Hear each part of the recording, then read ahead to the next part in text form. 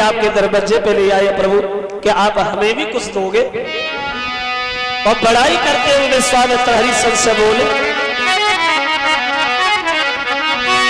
हे महाराज, तो दानी रूप और धर्म को रूप और नहीं कोई, और तेरी 100 कोसन सतवादी के भूल रही है।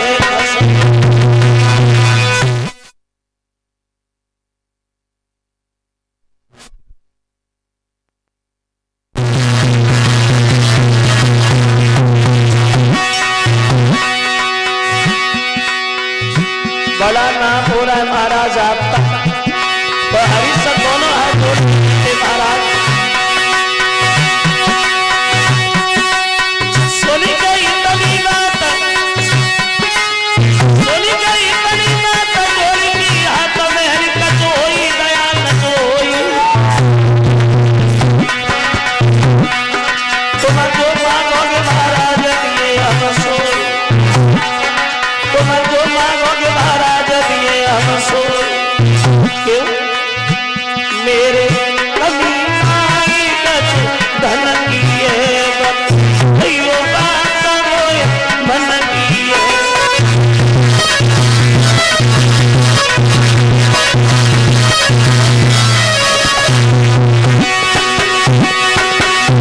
खरीदा भरी ले जा सुने धन किए मेरे कभी आई कछ धन किए।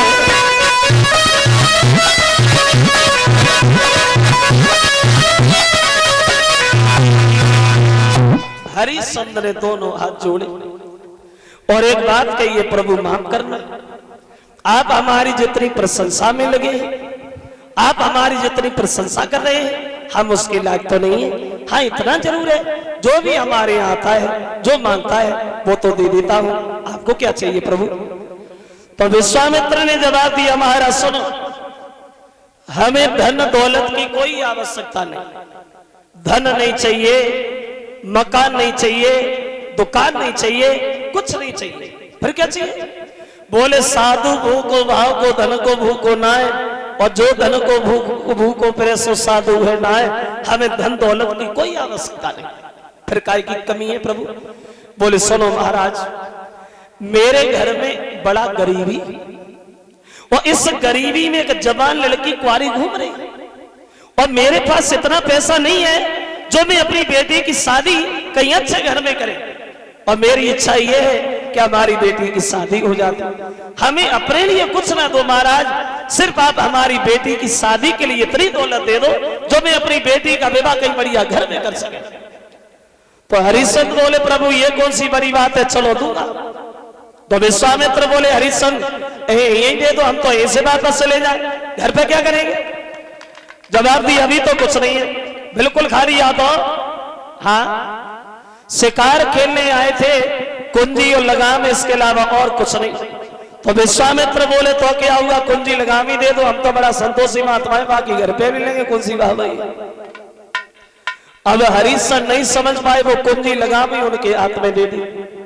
अब विश्वामित्र ने जल्दी जल्दी में संकल्प पढ़ दिया, सुनो हरिश्चंद्र, जो भी धन देना है वो तो रही तुम्हारी इच्छा, लेकिन हमारे संकल्प के पढ़ाई की दक्षिणा ये मेरी इच्छा।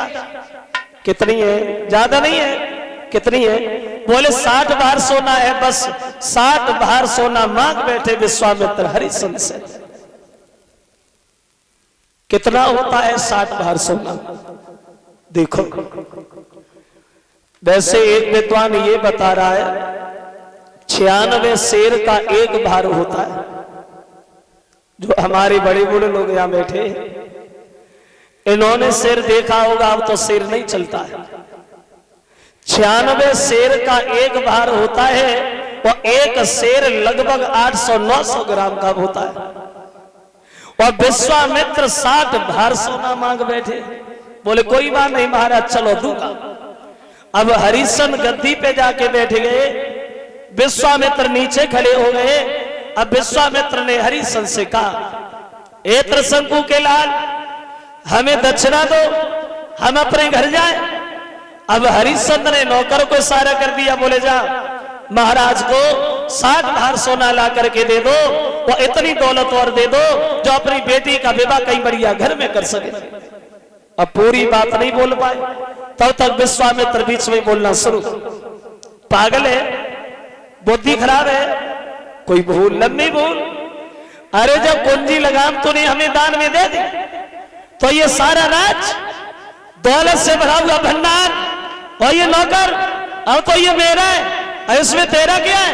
अब हमें वो दो जो तुम्हारे राज से बाहर है। क्या समझे हरिश्चंद्र? और बोले विश्वामित्र, तो राजा ने अपने नौकर से और जब कही सोना लाने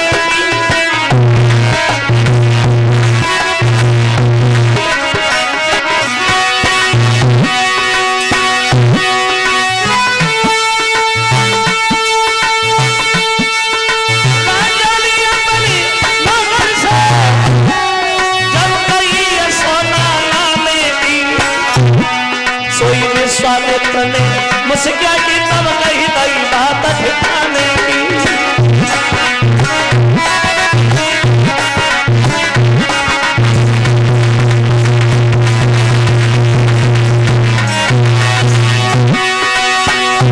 विश्वामित्र बोले महाराज सुनो, ये नौकर मेरा नौकर है, नौकर मेरा नौकर है, हुक्म चलाता है। कोई लगाम में सवाई लगाम के अखाड़ों मुस्कुराता है।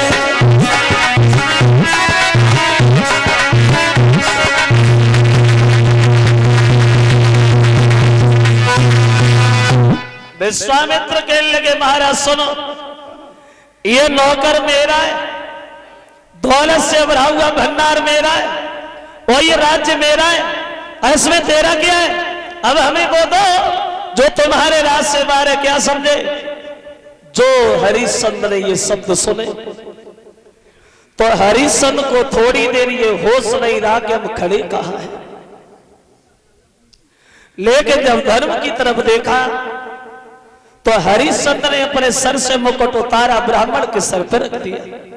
लीजिए महाराज, ये राज्य आपका, यहाँ के रहने वाले सब लोग आपके, और हम तो तुम्हारी एक प्रजा के समान। विश्वामित्र कहने लगे प्रजा के समान नहीं हो, प्रजा हो। और ये चेहरा सूख कैसे गया? राज्य का तो क्या किया? नहीं महाराज, फिर क्या है? अरे दक्षिणा दे, कहां से देगा? कहने लगे हरिश्चंद्र प्रभु, शरीर बचा है, शरीर के अलावा और कुछ नहीं बचा, आप हमें बेच लो और अपने कर्जा को पूरा कर लो। विश्वामित्र कहने लगे तुम्हें बेच लो? अरे कौन खरीदेगा तुम्हें? झाड़ू तुम नहीं लगा पाते, बर्तन तुम साफ नहीं कर पाते, दूसरे पे आदेश करते रहे, बोलेगा। अगर कोई तैयार भी हो गया तो 60 भार सोने में बहुत महंगे पड़ोगे, कोई लेगा? अकेले नहीं है, कौन? एक पत्नी है और एक मेरे पुत्र है, उन दोनों को बेच लो तब तो कर्जा पूरा हो जाएगा।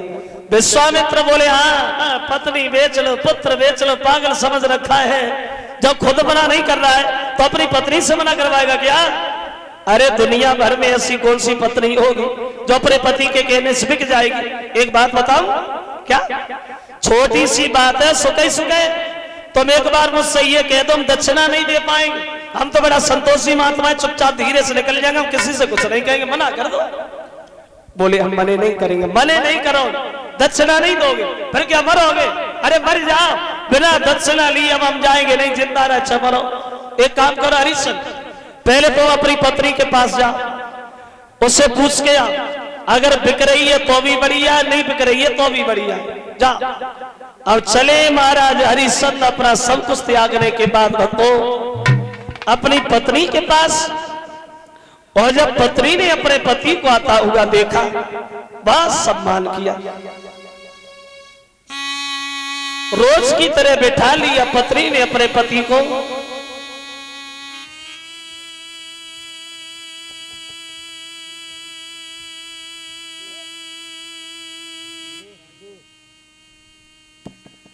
बड़े सम्मान से बैठालती है, लेके चेहरा उदास देख करके कहने लगी है प्रभु, पहले जब आप दरबार से आते थे तो बड़ा हंसते हुए आते थे, बात बात पे हंसना मुस्कुराना आपकी आदत, लेकिन आज इतने परेशान क्यों हो प्रभु?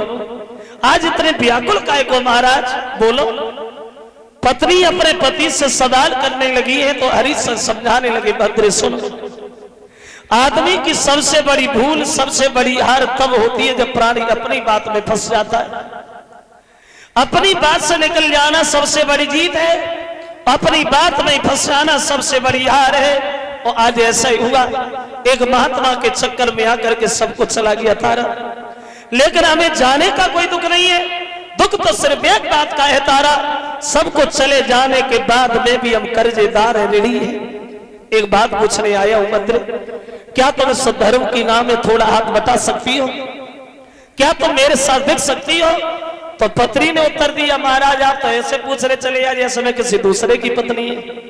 इस शरीर पे अधिकार है आपका, हक है आपका, बेचना तो बहुत छोटी बात, अगर आप हमारे शरीर के टुकड़े टुकड़े भी करवा दो हमें कोई मतलब नहीं।